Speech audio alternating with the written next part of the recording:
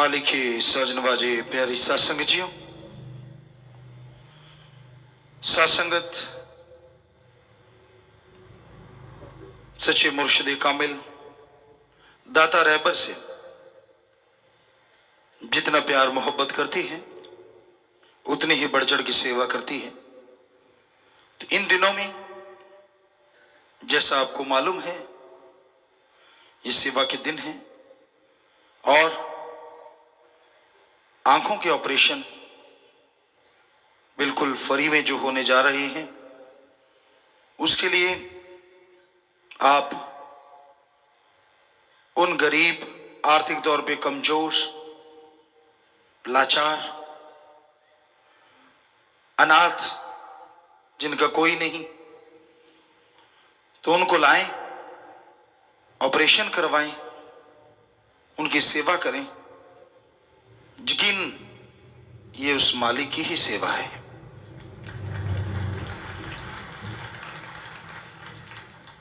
मालिक की सेवा आप और किसी भी तरीके से नहीं कर सकते। उसकी अगर सेवा करनी है तो उसकी औलाद की सेवा करो। उसकी सेवा करनी है,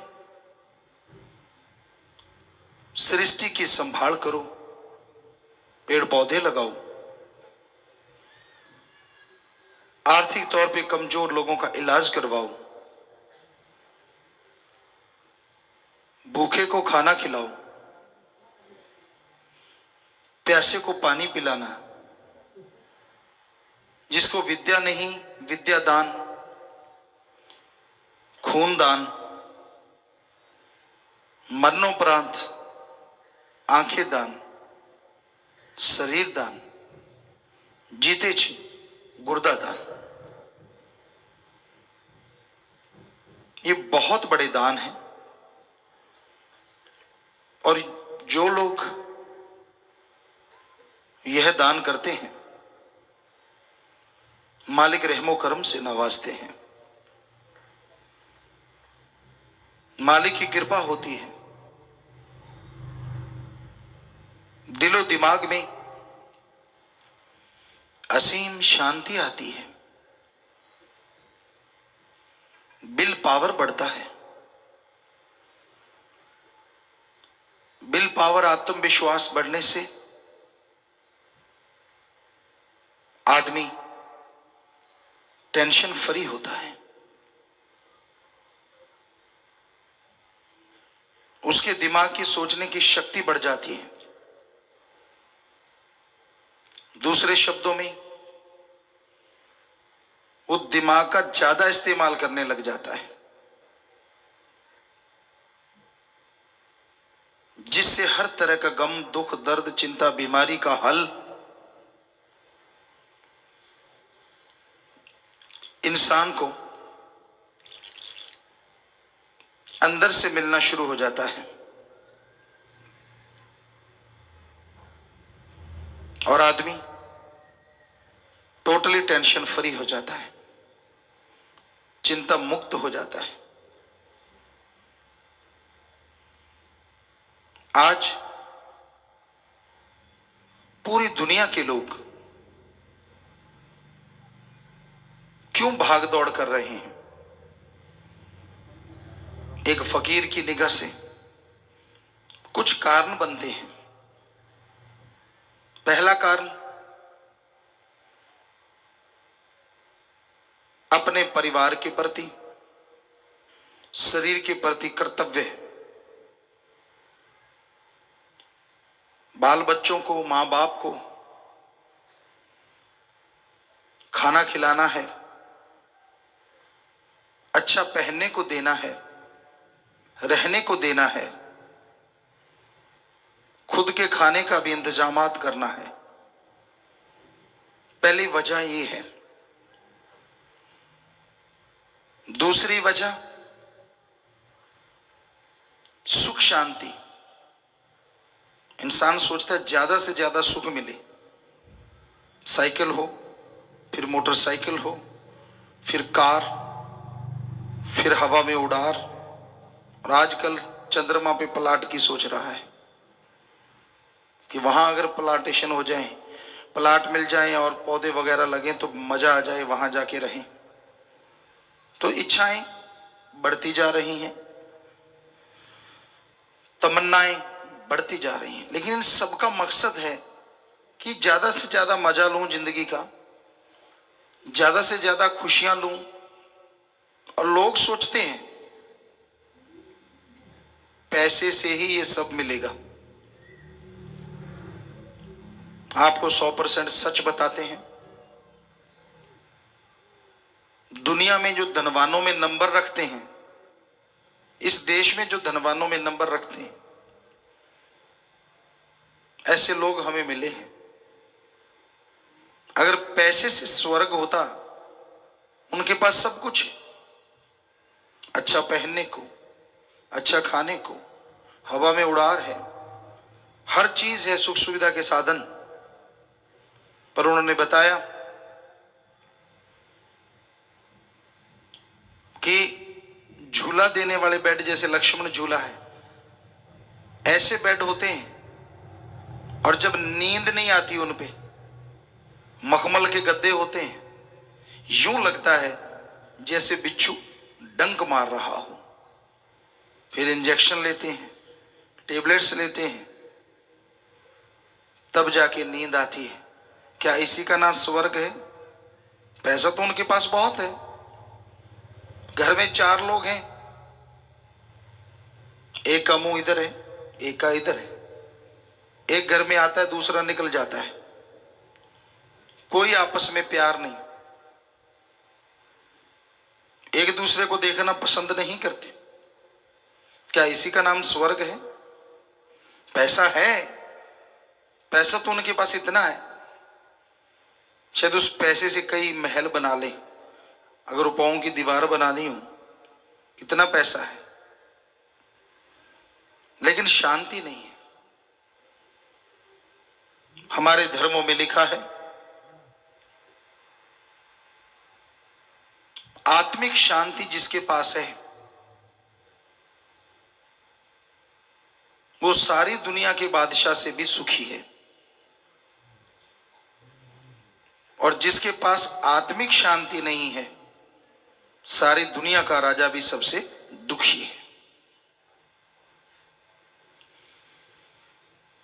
आत्मिक शांति आएगी कैसे? क्या पैसे से? नहीं। क्या शारीरिक ताकत से? नहीं। क्या बड़ा बिजनेस व्यापार करने से? जी नहीं।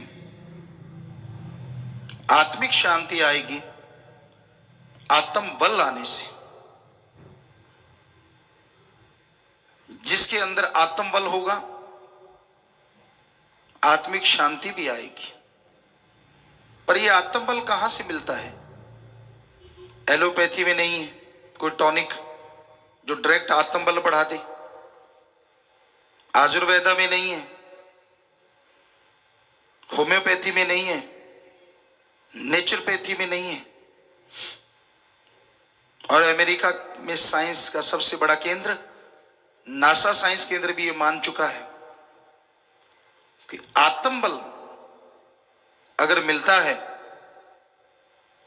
तो वो मेडिटेशन से मिल सकता है। और हमारे धर्मों में क्या लिखा है?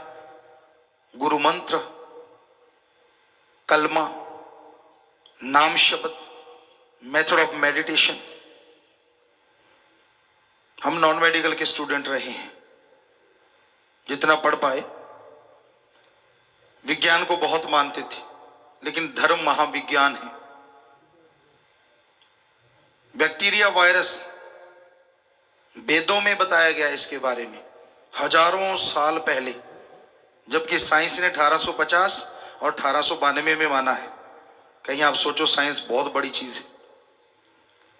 हमें विज्ञान में पढ़ाया गया आदि मानव मांसाहारी थे, और आज साइंस मुकर गई है, नया रिसर्च आया, आदि मानव शाकाहारी थे।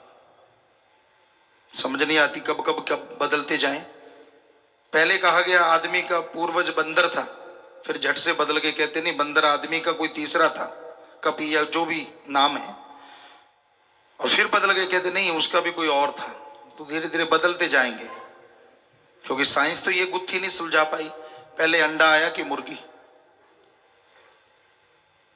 मुर्गी आई तो अंडे के बिना कहां से आई, और अंडा आया तो मुर्गी के बिना कहां से आया?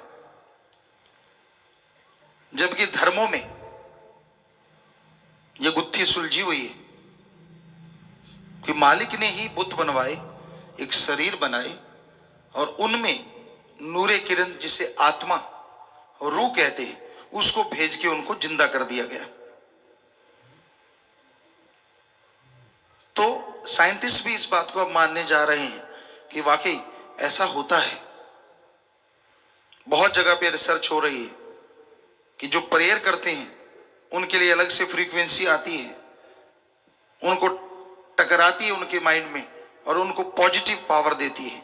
ये ऑस्ट्रेलिया या 2-3 देशों के साइंटिस्टों का लिखा हुआ हमारे पास आया कि उन्होंने ये रिसर्च किया है और साबित किया है कंप्यूटर के द्वारा। तो धर्म हमारे महाविज्ञान है, लेकिन धर्म का रिसर्च करो।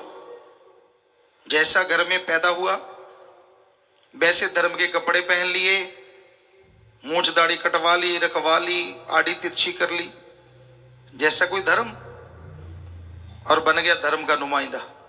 नहीं, धर्म पे रिसर्च करनी जरूरी है। धर्म महाविज्ञान है। वेदा काल से पहले से भी ये बोला गया लाखों चंद्रमा, लाखों सूर्य, नक्षत्र, ग्रह हैं, जबकि साइंस ने अभी 10-15 साल पहले माना है कि हां ऐसा है, वाकई ऐसा है। और सोचिए वो कितने बड़े साइंटिस्ट होंगे। अभी तक साइंटिस्ट वहां तक नहीं पहुंचे जो राम रावण का काल था। रावण के पास एटम शक्ति थी, परमाणु, और सबसे बड़ी बात उस एटम परमाणु को वो कंधे पे रखता था हर टाइम। आजकल साइंटिस्ट धरती में दबा के रखते हैं, कहीं इधर ही फट गया तो सारों का बेड़ा ना गर्क हो जाए, और वो कंधे पे टांग के घूमता रहता था। देखिए कितनी बड़ी बात। सफल क्लोन ज्ञाता था रावण। हम उसकी उपमा नहीं कर रहे, साइंस की उपमा कर रहे हैं। सफल क्लोन ज्ञाता, उसके खुद के 3 या 5 बेटे थे और बाकी 1 लाख क्लोन से बनाया था। रामायण में एक जगह बात आती है, अंगद, हनुमान जी, सब लोग श्री राम जी के पास पेश हुए, कहने लगे हे राम, हम रावण के जितने बेटे मारते हैं अगले दिन फिर जिंदा होके आ जाते हैं। तो राम जी मुस्कुराए, कहने लगे नहीं ऐसा नहीं है, हकीकत यह है कि रावण के सारे बेटे ही एक जैसे हैं। इतने बेटे एक जैसे होना, आप समझदार समझ गए होंगे, क्लोन ही हो सकते हैं। सफल क्लोन इसलिए क्योंकि उन 1 लाख बच्चों के आगे 1.25 लाख और बच्चे थे। जब चाहता था बरसात करवा लेता था, जब चाहता था। और आजकल अगर ऐसा होता तो भूखे क्यों मरते लोग? जगह जगह बंजर धरती पड़ी है। अभी तक तो ऐसा संभव नहीं हुआ। वो सूर्य की रोशनी से ही नहीं, चंद्रमा की रोशनी से भी भोजन पकवा लेता था। तो साइंस इतनी तरक्की कर चुकी है, हमारे कहने का मतलब जहाज वगैरह सब कुछ उसके पास था। उड़न कटोला था उसका नाम उस जमाने में, अगर हिंदी में बोले तो। आज जहाज कह देते हैं। वो सिर्फ रावण के पास ही था। तो इतना कुछ उसने पैदा कर लिया, तमन्ना फिर भी नहीं भरी, इच्छाएं फिर भी नहीं भरी, बेचैन रहा, कभी कहीं युद्ध तो कभी कहीं युद्ध, और आखिर में ये इसकी मौत भी मेरा कुछ नहीं बिगाड़ती। तो फिर राम जी से टक्कर ली। एटम परमाणु से बढ़ के कोई ताकत होगी तभी राम जी ने रावण का खात्मा कर दिया। जिसे आप हाइड्रोजन कह लें या अणु कह लें, जो मर्जी कह लें, इतनी बड़ी सेना का खात्मा, चाहे वो लिखने में नहीं आया, पर राम जी रावण से कई स्टेप आगे थे। तो ये विज्ञान की बात है। तो वेद शास्त्रों में, क्योंकि राम जी धर्म के मानने वाले थे, इसका मतलब धर्म में और भी बड़ी ताकत थी, इस विज्ञान से शक्ति थी और भी बड़ी। तो आप अनुभव कर सकते हैं, आपके अंदर बहुत ताकतें हैं जिससे आप अनभिज्ञ हैं, अनजान हैं। बहुत ताकत आपके अंदर। ये तो विज्ञान मान चुकी है कि आम आदमी दिमाग का 10 से 20% ही इस्तेमाल में लाता है, और उसी में सुपर कंप्यूटर भी बन गए, बहुत कुछ बन गया। अभी 10 से 20% ही काम में लिया है, 80% अगर और काम में ले लो तो पता नहीं क्या हो। ये अलग बात। खात्मे के लिए ज्यादा काम में ले रहा है, भले के लिए कम काम में ले रहा है। अगर भले के लिए लिया जाए तो हो सकता है ये गाड़ियां या जो भी चीजें चलाते हैं, ईंधन की जरूरत ही ना पड़े, एक बार डाल दें, जब तक लाइफ है गाड़ी की वो वैसे ही चलती रहे। ऐसा संभव हो सकता है, ऐसा धर्म शास्त्र कहते हैं, धर्मों में आता है। पर ये तो लगा हुआ है कि आदमी को जल्दी कैसे मारें, हम अपने देश में बैठे रहें, बाकी सबको तबाह कर दें। और इस मूर्खों को ये सब नहीं आती, जब सारे तबाह हो गए, राज किस पे करोगे? मुर्दार लाशों पे या बंजर धरती पे? किस पे करोगे राज? कोई बचेगा ही नहीं। वो ध्यान में नहीं है। बड़ा हवा बना देते हैं साइंटिस्ट। कई बार 82 से मारने लगे हैं सारी दुनिया को, फिर 90 में कहते मर जाएगी। अब दिसंबर की कोई डेट दे रखी है कि खात्मा होने वाला है।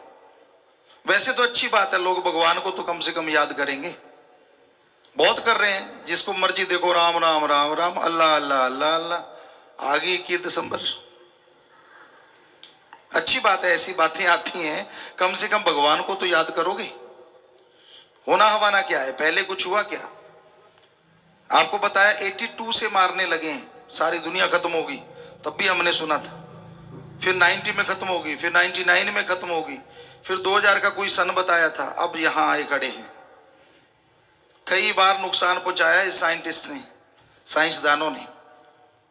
नहरें होती थी, हैं आज भी हैं राजस्थान में, हम राजस्थान के रहने वाले हैं। एक बार ये बोला गया, हमें याद नहीं, सन 80-90 के बीच की बात है, बरसात बहुत होगी जी, ओवरफ्लो हो जाएंगे डैम।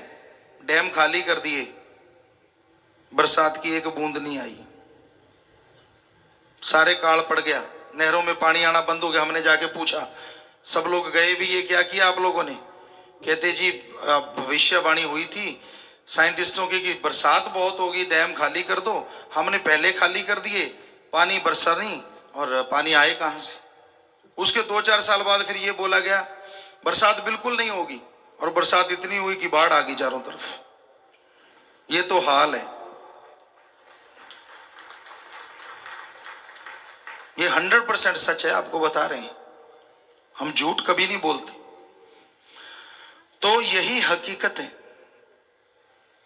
कहते जी हमें पहले पता चल जाता है, तो अगर पहले पता चलता है तो भूकंप आने से पहले 4-5 महीने बता दिया करो, लोग वहां से छोड़ के और जगह चले जाया करें, सबकी जान बच जाया करे। ऐसे झूठ बोले जा रहे हैं बिना वजह। कोई ना तो साइंस को पता है और ना कोई भविष्य वक्ता को पता है कि क्या होने वाला है। वो राम जानता है, वो सुप्रीम पावर, वो गॉड जानता है कहाँ क्या होने वाला है। हाँ, उसका कोई पहुंचा हुआ भक्त अचानक मालिक उसे ख्याल दे दे कभी कभी, तो हो सकता है उसको पता चले, अदरवाइज नहीं चलता।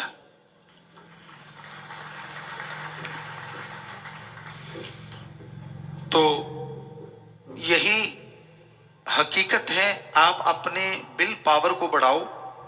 अगर आपने जिंदगी में खुशियां लेनी है, आत्म बल को बढ़ाओ। जैसे जैसे आत्म बल बढ़ता जाएगा, आपको आत्मिक शांति आती जाएगी और मालिक की कृपा दया मेहर बरसेगी, जिससे आप दोनों जहां की खुशियों के हकदार बनते जाएंगे।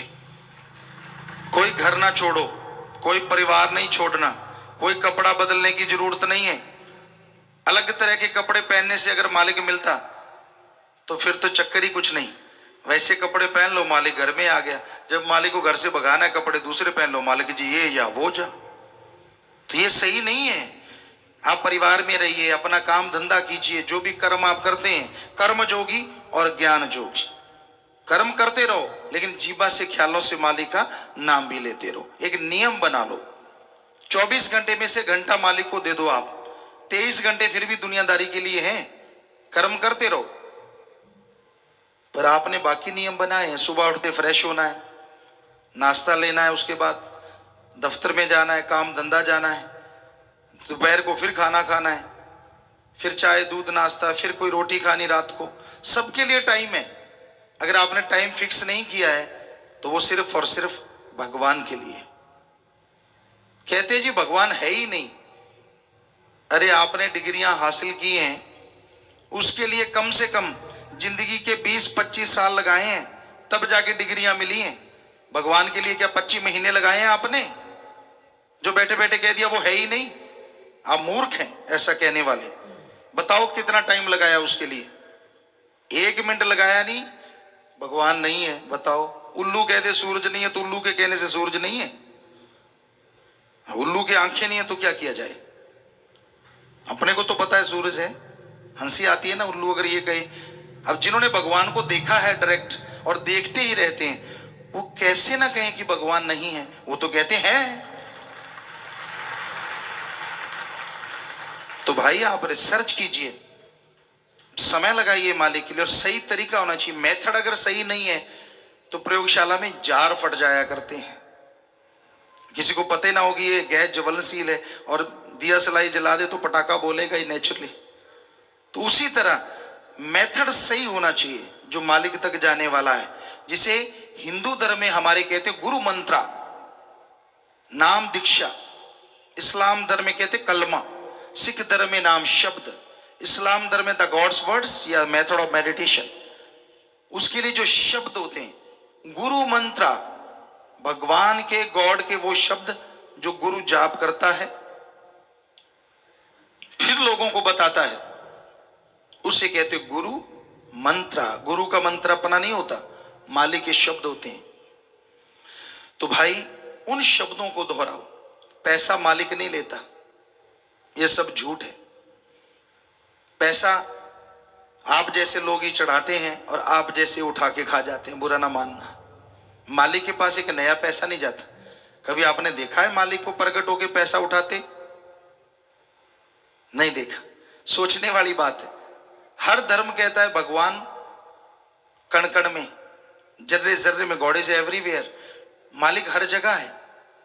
सोचो तो सही, अगर मालिक को पैसे की जरूरत है और वो हर जगह है तो हमारे मेले कुचड़े नोट क्यों लेगा? वो नोट बनाने वाली मशीन के ऊपर ना बैठ जाएगा, वहीं से करारे करारे लेता रहेगा। मेले कुचड़े क्यों लेगा वो, बताइए। और ये क्यों नहीं सोचते जो मालिक इंसान को बना सकता है, क्या वो इंसान के बनाए कागज के टुकड़े रुपए को नहीं बना सकता? आप कपड़ा लत्ता पहनते हैं, हमने भी पहन रखा है, आपने भी। देखिए कितनी जगह इसकी सिलाई है। आप चमत्कार देखना चाहते हैं, मालिक ने हमारे शरीर पे चमड़ी चढ़ाई है, मजाल है कहीं एक टंका भी नजर आ जाए। चमत्कार देखने वाली आंख चाहिए, जितने मर्जी देख लो। सृष्टि के पेड़ पौधे हैं, कोई आदमी कोई सीनरी बनाता है, पेंटिंग करता है, लोग कहते हैं वाह वाह वाह वाह। अरे उस भगवान ने कैसे कमाल के पेड़ पौधे, हर पेड़ पौधे के पत्ते अलग तरह के, रंग अलग तरह का, डिजाइन अलग तरह का, खुशबू अलग तरह की। क्या ये चमत्कार नहीं है? क्या ये आदमी ने बनाया है? एक पेंटिंग बना के यूं हो जाता मैंने पेंटिंग बनाई है, और उसने इतना कुछ बनाया, वो कुछ भी नहीं कहता कि मैंने बनाया है। तो भाई सोचिए, विचार कीजिए। कोई तो है जो इनमें डिजाइनिंग करता है, कोई तो है जो इनमें खुशबू भरता है। आपने तो भरी नहीं, या आपके बुजुर्गों ने नहीं भरी, तो इसका मतलब कोई तो है। अपने आप कैसे हो सकता है? अपने आप तो एक कपड़ा नहीं बनता, इस पे भी हजारों लोगों का हाथ लगता है।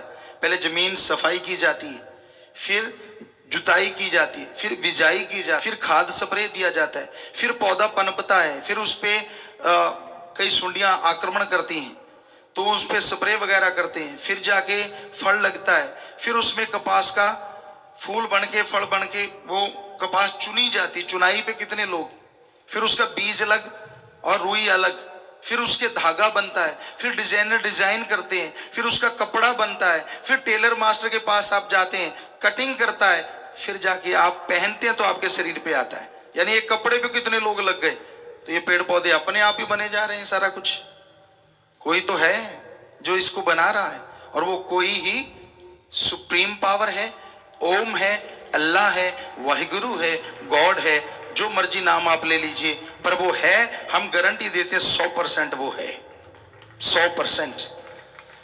सो भाई मानो ना मानो मर्जी आपकी, बताना फर्ज हमारा। सारा दिन दौलत के लिए, रुपए पैसे के लिए मारो मार करता फिरता है। क्या यही है इंसान का काम? क्या यही इंसानी फर्ज है, कर्तव्य है? हमारे धर्मों में बताया है, दिन रात इंसान काम धंधे में उलझा हुआ है, दिन रात इंसान माया माया पुकारता रहता है। माना कि जीने के लिए दौलत जरूरी है, पर दौलत के लिए जीना कोई जिंदगी नहीं है। जीने के लिए कमाओ, पर कमाने के लिए अगर जीने लग गए तो कोलू वाले बैल जैसी हालत होगी। पहले उसे कोलू पे जोते हैं, आखिर में नहीं सही चलता तो दोनों आंखों के साइड में पट्टी सी बांध देते हैं कि सीधा देख, सीधा चल। वो और तरफ देखता ही नहीं, देखने ही नहीं देते उसे। घूमता रहता है, लाठियां खाता रहता है और आखिर में मर जाता है। बुरा हाल होता है, सारा दिन चलना पड़ता है, सारा टाइम चलना पड़ता है। तो भाई दिन रात खप खप के मरना, कभी दौलत के लिए जी रहा है, कभी मर रहा है, कभी टेंशन है, चिंता परेशानी है, तो कभी थोड़ी टेंशन फ्री हो गया। जिंदगी मौत का ये खेल सारी उम्र चलता रहता है। समय सीमा कम हो जाती है, आदमी जल्दी गुजर जाता है, क्योंकि श्वास जितने तेजी से चलते हैं, कुल श्वासों में से उतनी जल्दी खत्म हो जाते हैं। तो गम चिंता परेशानी में, डर भय में श्वास तेजी से चलती है नेचुरली। इसलिए इंसान ये भूल गया कि उसका करने वाला कार्य कौन सा है। संत सत्संग लगाते हैं, जीवों को समझाते हैं कि आओ सुनो, सत्संग सुनो और सुन के अमल करो। तेरा करने वाला कार्य प्रभु का नाम है, अल्लाह मालिक की भक्ति इबादत है।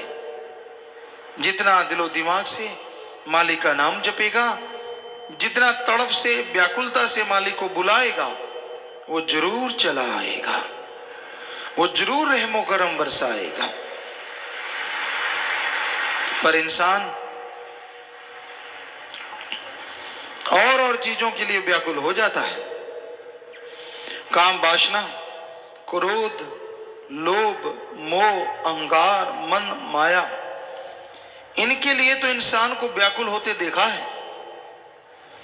पर अल्लाह वाहिगुरु गॉड खुदा रब के लिए कोई कोई होता है जो व्याकुल होता है, और जो होता है वो मालिक को पा भी जाता है। मालिक के प्यार में व्याकुलता नहीं होती, बल्कि वो उसकी मोहब्बत होती है। दुनियादारी में आप व्याकुल हो जाते हैं, किसी चीज को पाने के लिए परेशान हो जाते हैं, तड़फ जाते हैं, और वो सामान भी नहीं मिलता तो आप और तड़फते रहते हैं, बेचैनी और बढ़ जाती है। पर मालिक की याद में उसको पाने के लिए अगर तड़फना है, वो भी एक ऐसी याद बन जाती है जो बार बार याद करने से मजा देती रहती है, आनंद देती रहती है। क्योंकि मालिक की याद में अगर तड़फ के दो आंसू भी बहा दिए तो वो आपके पाप कर्मों को धो डालते हैं। पर उसकी याद में वैराग्य आना, ये भी भागों की बात है। उसकी याद में वैराग्य बड़ा ही मुश्किल से आता है, क्योंकि आदमी के ध्यान और जगहों पे उलझे हुए हैं, और जगहों पे फंसा हुआ है। तो अपने विचारों को एकाग्र करो, विचारों को कंट्रोल करो, और सुमरन भक्ति इबादत करो। सुमरन करते हुए अगर विचार एकाग्र है तो मालिक की दया में रहमत के लायक जल्दी बनोगे। वो जिसे प्यार अल्लाह मालिक वाहिगुरु गॉड खुदा रब जिसे प्यार देता है, जिसे खुशियां लुटाता है, कई बार उसे अजमाता भी है। बस अजमाने से शोर मचा के टेंशन लेके अगर भाग गया तो खाली रह गया, और अगर दृढ़ विश्वास रखा नहीं तो यकीनन उसकी झोली में मालिक की दया में रहमत जरूर पड़ती है। तो मालिक का रहमो करम अगर हासिल करना है, उसकी दया में रहमत के काबिल बनना है, तो अपने अंदर के विचारों का शुद्धिकरण करो, अंदर के विचारों को साफ करना है, और ये होंगे सुमरन के द्वारा। चलते बैठ के लेट के काम धंधा करते थोड़ा थोड़ा सुमरण करते रहो, थोड़ी थोड़ी भक्ति करते रहो। थोड़ा किया गया सुमरण भी कलयुग में बहुत काम करता है। पहले के युगों में सैकड़ों साल लोग इबादत करते, तपस्या करते, पूजा करते, तो फल नहीं मिलता था। अब कुछ महीनों में सच्ची तड़फ से मालिक को बुलाया जाए तो उसका रहमो करम बरसने लगता है। कितना आसान है मालिक का नाम लेना, कितना आसान, पर जो नहीं लेते उनको लगता बड़ा ही मुश्किल है। क्या मुश्किल है भाई? खाना खाना, पेट भरना है तो पहले आटा गूंदो, रोटी बनाओ, को लगाने के लिए चटनी, दाल, सब्जी, कुछ ना कुछ भाजी बनानी पड़ती है, फिर कौर तोड़नी पड़ती है, उससे लगाना पड़ता है, खाना पड़ता है, निगलना पड़ता है, आंतड़ियां हजम करती हैं, तब जाके कहीं ताकत मिलती है। राम नाम तो बड़ा ही आसान है। सत्संग में आओ, संत पीर फकीर राम का नाम बताते हैं, अल्लाह मालिक की तरीका समझाते हैं, उसको सुन के अमल कर लो तो भाई आपको कुछ भी करना नहीं। बाद में जीभा मुंह के अंदर है ही ऑलरेडी, विचार दिमाग में चलते ही चलते हैं, तो विचारों से सुमरण कर लो चाहे जीभा से कर लो, जितना कर लोगे उतनी ही दया में रहमत बढ़ती जाएगी। पर ये भागों वाला इंसान मालिक के प्यार मोहब्बत को पा सकता है, जो अपना स्टैंड रखे, जो अपनी जगह पे सही रहे। क्या पता मालिक अजमा रहा हो, पर हमने देखा है अजमाने की जरूरत नहीं पड़ती, थोड़ा समय गुजरता है, आदमी सब कुछ भूल के फिर से वही, जैसे गधे के ऊपर किसी ने लाल बांध दिए, हीरे जवाहरात बांध दिए, बड़ा सुंदर सजा दिया, कुछ देर खुशी हुई कि भाई बड़ा सुंदर लग रहा है, जैसे रस्सा छोड़ा जाके कूड़े करकट के ढेर पे हींकने लगा, आवाजें निकालने लगा, और हींगता हुआ सारा कुछ तोड़ दिया और वही माटी में लथपथ हो गया। ऐसा ही होता है, मन बड़ा जालिम है। मालिक रहमो करम बख्श देता है, दया में रहमत बख्श देता है, पर यह गधे की तरह फिर से सब कुछ मिट्टी में मिला देता है। कोई परवाह नहीं करता, कोई कायदा कानून नहीं रखता, बस अपनी एक अलग इमेज बना लेता है, उस इमेज के अनुसार इंसान को गुमराह करता रहता है, भरमाता रहता है, तड़फाता रहता है, और कहता है तेरी मन मर्जी अगर पूरी हो गई तो सही है, नहीं तो नहीं। ये थोड़ा ही ना होता है। संत पीर फकीर तो मालिक से दुआ मांगते हैं, दुआ करते हैं। अब करने वाला देने वाला अल्लाह वाहिगुरु राम है, जो सुन के अमल कर लेते हैं, मालिक उनकी झोलियां अंदर बाहर से लबरेज कर देते हैं, माला माल कर देते हैं। जो सुन के छोड़ देते हैं वो अपने कर्मों का फल भोगते रहते हैं। तो संत पीर फकीर बात वो कहते हैं जो अल्लाह वाहिगुरु राम उनको कहता है, जो अंदर से मालिक ख्याल देता है। सुनो, विचारो और अमल करो तो बेड़ा पार हो जाता है। तो ये बड़ा ही जरूरी है कि आप वचन सुनो, अमल करो और मालिक की दया में रहमत के काबिल बन जाओ। जो जीव सत्संग में आते हैं वही सुनेंगे, और जो सुनते हैं अमल भी वही करेंगे। सुना नहीं अमल कैसे, किस बात पे करेगा कोई? तो सत्संग पूरे ध्यान से सुनो, अपनी खुदी अहंकार को छोड़ के, अपनी और बातों को छोड़ के सत्संग की तरफ ध्यान दो। दूसरी तरफ ध्यान दे दे के आपने कितना जोर लगा लिया, कुछ हासिल हुआ? सत्संग में भी लोग बुराइयों से कई बार बाज नहीं आते। मन कई बार इंसान का उसे उठा के ले जाता है, इधर उधर नींद ला देता है, कभी कुछ क्योंकि बड़ी जालिम ताकत है। माना कि अमल नहीं होने देते सत्संग में ताकत होती है, लेकिन भटकाता तो ये कभी कभी है। कभी आंखों से गलत दिखाने लग जाता है, उसी में उलझा देता है। पर ये अलग बात है, संतों के वचन जब हथौड़े की तरह पड़ते हैं तो रोंगटे खड़े हो जाते कि हैं, अच्छा मेरे को कह रहे हैं, मैंने अभी देखा। तो मन का तो काम है भरमाना, मन का काम है भटकाना। इस जीवों को भरमाता है, भटकाता है और तड़फाता है। इससे लड़ना कलयुग में सच्ची भक्ति है। अपने अंदर के बुरे विचारों से लड़ो, यानी बुरे विचारों को अपने पे हावी ना होने दो, अच्छे विचारों के साथ आगे बढ़ो, तो मालिक की दया में रहमत के काबिल एक दिन जरूर बनोगे। तो अमल जरूरी है। आप कोई भी काम धंधा करते हैं, लोग आके पूछते हैं गुरुजी मैं फलां काम कर लूं।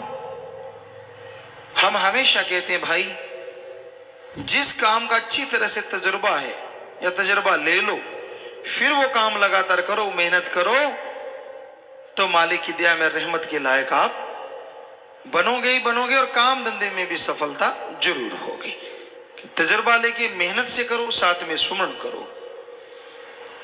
कर्म आपने करने हैं, सुमरन करोगे, फल देने वाला भी आप पे रीझ जाएगा, खुश हो जाएगा। तो कर्म जोगी और ज्ञान जोगी बने रहो, कर्म भी करते रहो और सुमरन भक्ति इबादत भी करते रहो, ताकि कर्म करते हुए कोई परेशानी ना आए। सुमरन के द्वारा जो भी कर्म करो अच्छे करो और उसमें आपको तरक्की मिले, ताकत मिले, आगे बढ़ने का रास्ता मिले।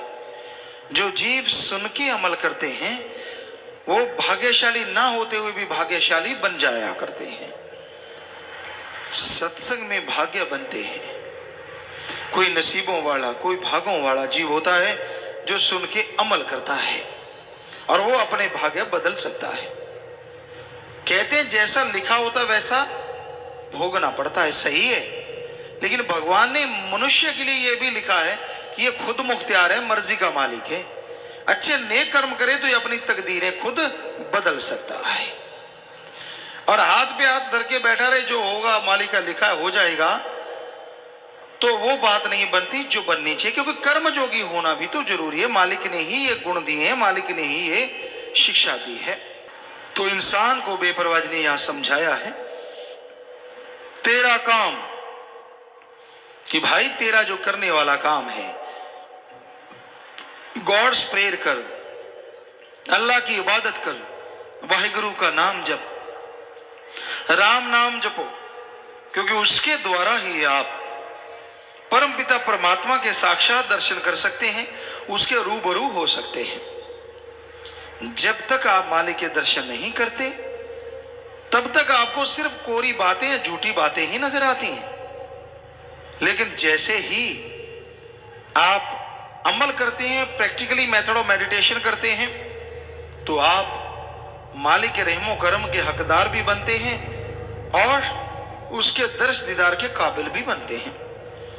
किसी मंजिल तक जाने के लिए इंसान को कोई गाड़ी चाहिए होती है, उस गाड़ी पे चढ़ता है, सवार होता है, आगे बढ़ता चला जाता है और वो गाड़ी मंजिल पे लेके जाती है, अगर आप सही गाड़ी पे बैठे हैं तो संत जीवों को समझाते हैं, मंजिल तक जाने का रास्ता बताते हैं। जो सुन के अमल कर लेते हैं वो मंजिल पे पहुंच जाते हैं, और जो सुन के अमल नहीं करते वो खाली रह जाते हैं।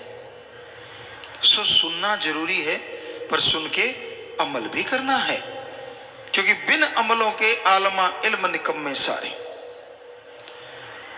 अमल कोई अमल कमा ले तू जे जश लेन है मालिक द्वारे। वचन कहे जाएं आपको भले के लिए, और उन वचनों पे अगर आप अमल नहीं करते तो आप खाली रह जाते हैं, और अमल कर लेते हो तो सब कुछ हासिल कर लेते हो। दूसरों को देख के जलना नहीं चाहिए। आदमी को सबक मालिक सिखा देता है। आपको किसी से क्या लेना है, कौन क्या करता है। आपको खुद को रहमो करम मिलता है, शुक्र मनाओ, वरना इससे भी तरस जाओगे। क्योंकि कर्म अपने अपने हर जीव के साथ होते हैं और बना लिए जाते हैं भक्ति इबादत के द्वारा। सो वचनों पे अमल करो। एक कहावत है, 900 चूहे खा के बिल्ली हज को चली। कई बार आदमी बुराइयां करता रहता है, बुरे काम करता रहता है, अपनी बुराइयां नजर नहीं आती, अल्लाह वाहिगुरु राम में कमियां निकालता रहता है। इतने पाप गुनाह किए, शुक्र मना कि मालिक ने रहमत की है, सदगुरु ने रहमत की है, और वो दया में रहमत करेगा ही करेगा। कोई सुनेगा, अमल करेगा तो मालिक के रहमो करम का हकदार बन जाएगा। जो अमल नहीं करेगा तो वो तो खाली रहता ही रहता है। वचनों को सुनो ध्यान पूर्वक। सत्संग में आए हो, समय लगाया है, मौसम का भी सामना कर रहे हो, कम से कम ध्यान तो दो। संत क्या समझाना चाहते हैं, ध्यान तो दो। संत क्या देना चाहते हैं, और सुन लिया, अब अमल करना सीखो।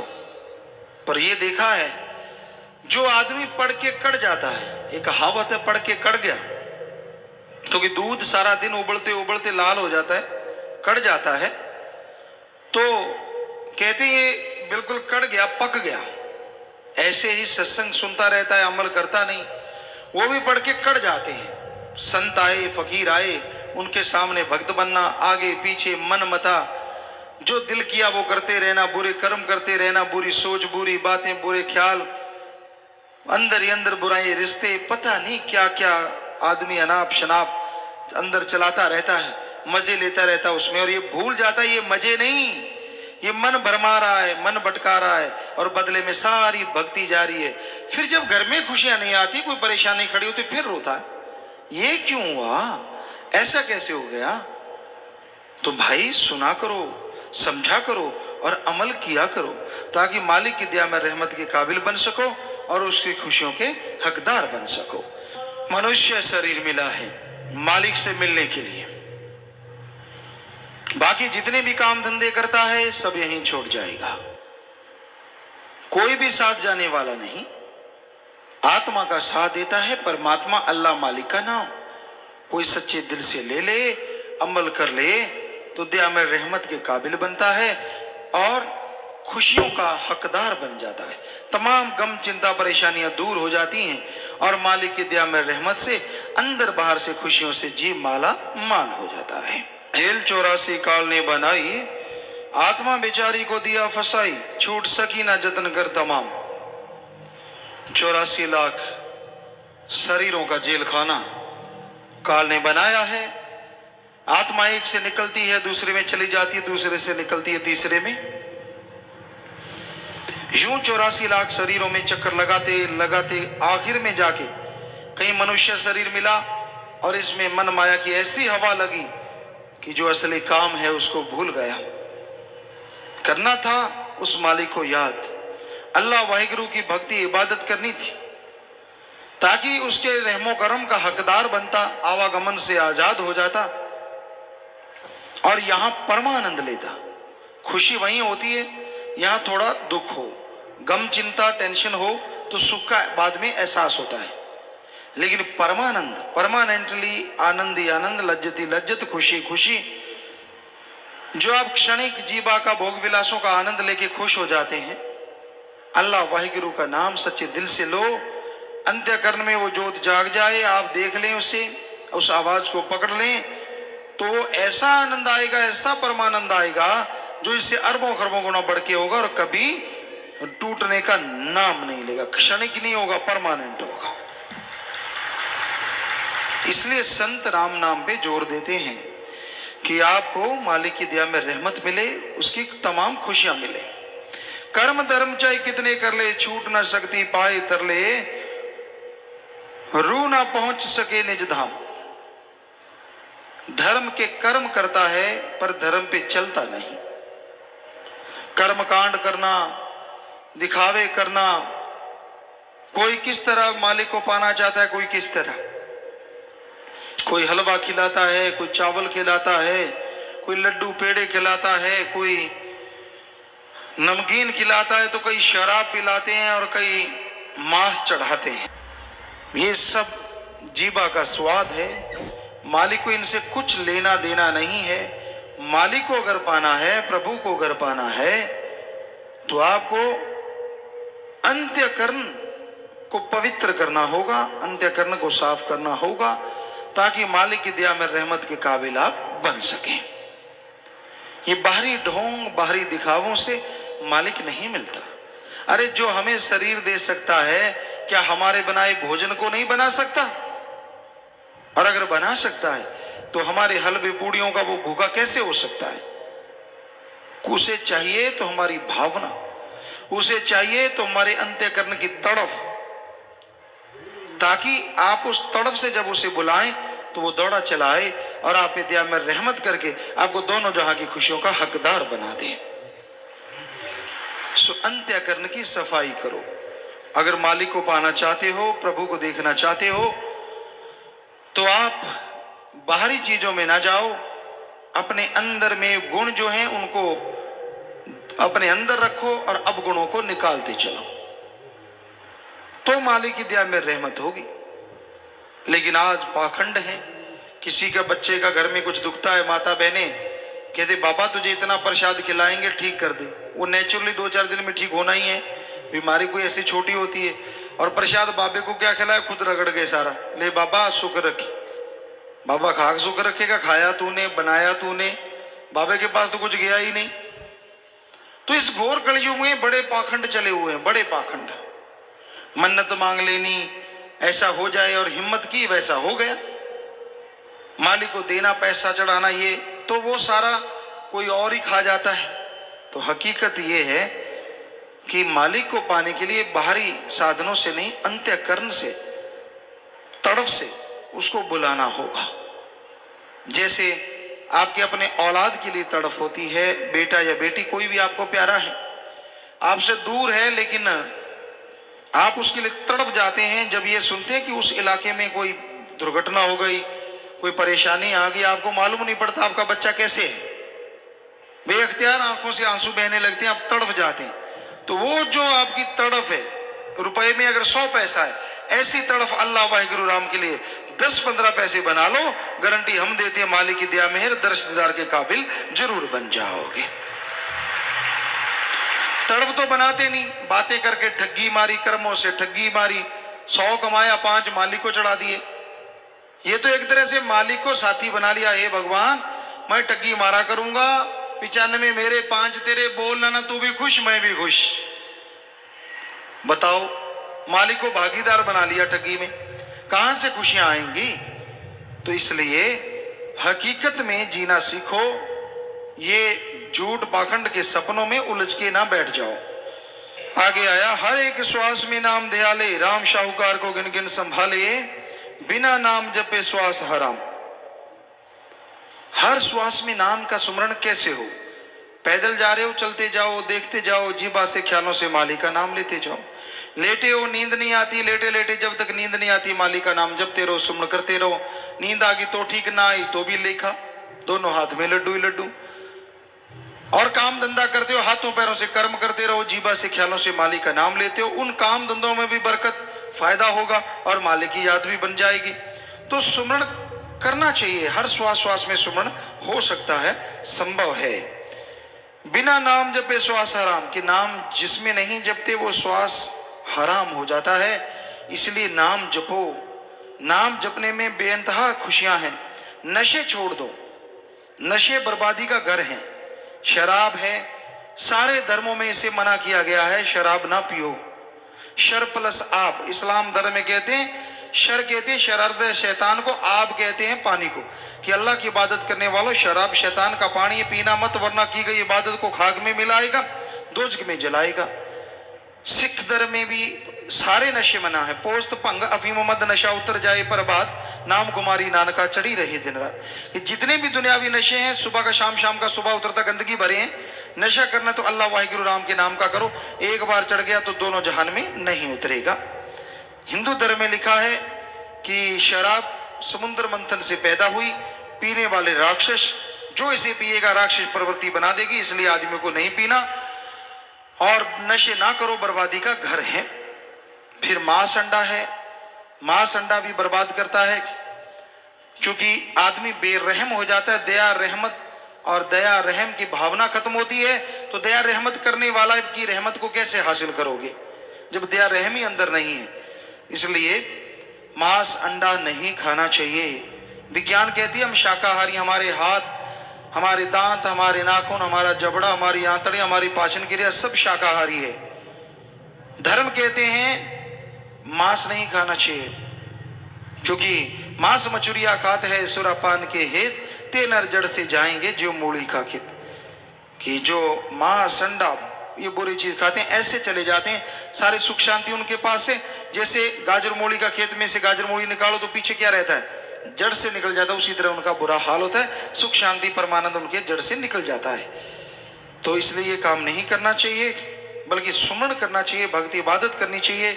एक एक श्वास राम शाहूकार अल्लाह मालिक को सौंपना चाहिए, ताकि दोनों जहां की खुशियों के हकदार आप यहीं मृत्यु लोक में बन सको। नाम पे आला जो बंदा पिए, सदा सुख माने खुशियों से जिए, मस्ती उतरे ना ऐसा प्रेम जाम।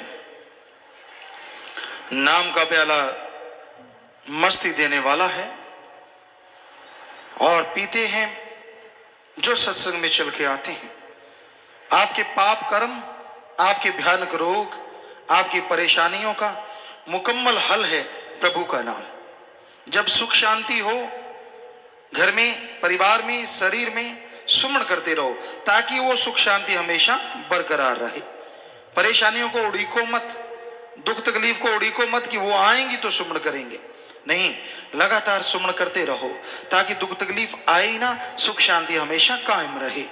तो नाम के प्याले में तमाम खुशियां हैं, और प्यार मोहब्बत की मस्ती कभी नहीं उतरती। जो प्रभु राम नाम वाली एक बार चढ़ जाए, दोनों जहान में आदमी को मस्तो मस्त रखती है, अंदर सुरूर रहता है और चेहरे पे नूर रहता है।